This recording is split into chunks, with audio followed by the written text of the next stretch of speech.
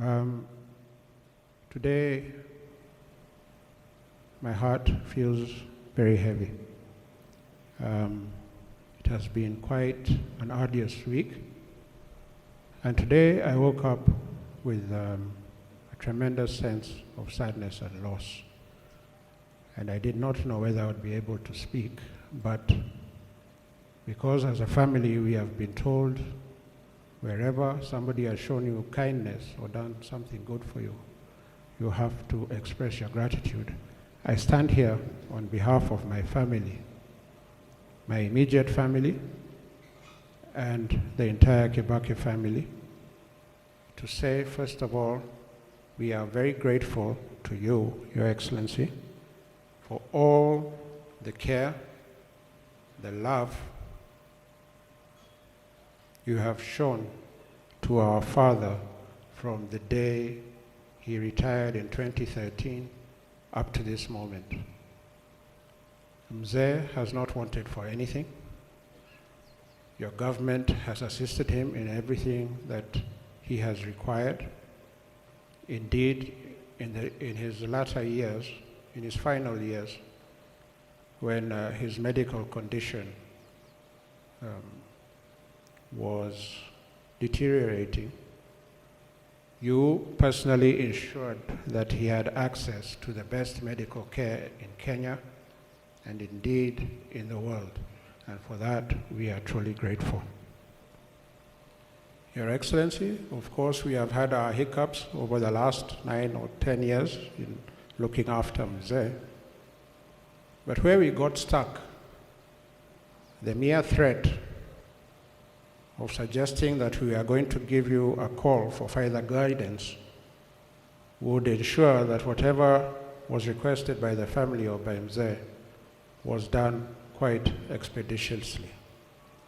Secondly, as a family, we would like to thank His Excellency, the Deputy President, Dr. William Ruto, who has called us and even asked his staff to call us since Mzee passed away on Friday. And they have really sought to help us and to condole with us and to see if they can be of assistance in any way. Thirdly, we'd like to thank the Armed Forces of the Republic of Kenya. You know, when Mzee passed away 1 week ago, last Friday, the military immediately took over operations at Nairobi Hospital and at Lee Funeral Home. So for us as a family, it was almost like a double loss. We had just lost Mzee, and then an hour later, the military took over and took Mzee to Lee Funeral Home, where they prepared him. But I must say, the professionalism and care shown by the armed forces of this country have enabled us actually to mourn Mzee and to honor him in a way that which we are truly humbled. I have met colonels, I have met brigadiers. Indeed, I have even been saluted by generals. And I remember when I was walking into Parliament buildings where Mzee was lying in state on Tuesday, and I was saluted by so many military officers, I started thinking, wow, is this what it is all about? I can kind of get used to this. Maybe I'll give it a try. But having said that, the military, in their own professional way, because I must say it must be the most professional institution in this country, they have really assisted us to understand that even if Mzee was their commander-in-chief, he was first and foremost our father. So, General Kiboshi, as a family, we say, asante sana. Finally, but most importantly, we, the Kibaki family, would like to thank our fellow Kenyan citizens who have come out to honor Mzee, to mourn with us, to grieve with us, to condole with us, and to tell us pole. We have met so many Kenyans on Monday, Tuesday, and Wednesday when Mzee was lying in state. And we have listened to stories of how he was their father, their grandfather, somebody they related with, like anyone would relate with a parent or a grandparent. And we realized as a family that the loss was as great for Kenyans as it was for us, and that in its own way comforted us.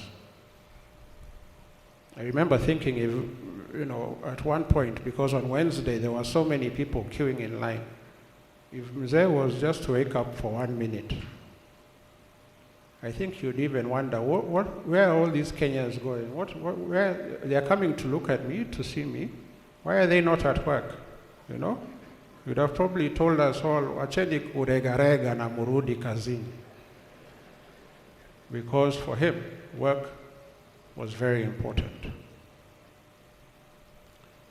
If there is one word that can encapsulate the life of President Mwai Kibaki, it is excellence. Mzee lived to excel.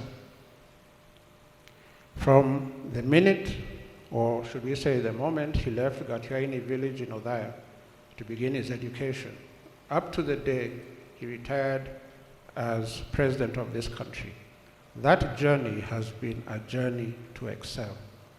And excelling does not always mean succeeding, but it means trying your best. And what Mzee inspires us to do is to do our best. So, as Kenyans, as we send this great lion of Kenya to rest beside his beloved wife, let us dedicate ourselves to excel for Kenya. You see, Mzee loved Kenya and Kenyans with a passion that most Kenyans don't know. And it is that love and passion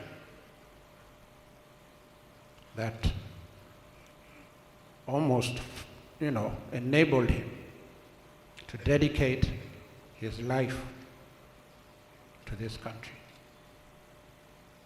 Mzee dedicated 53 years or 54 years of his life, more than half a century, in the service of Kenyans.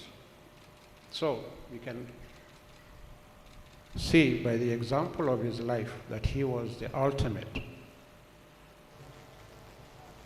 Kenyan patriot. Your Excellency,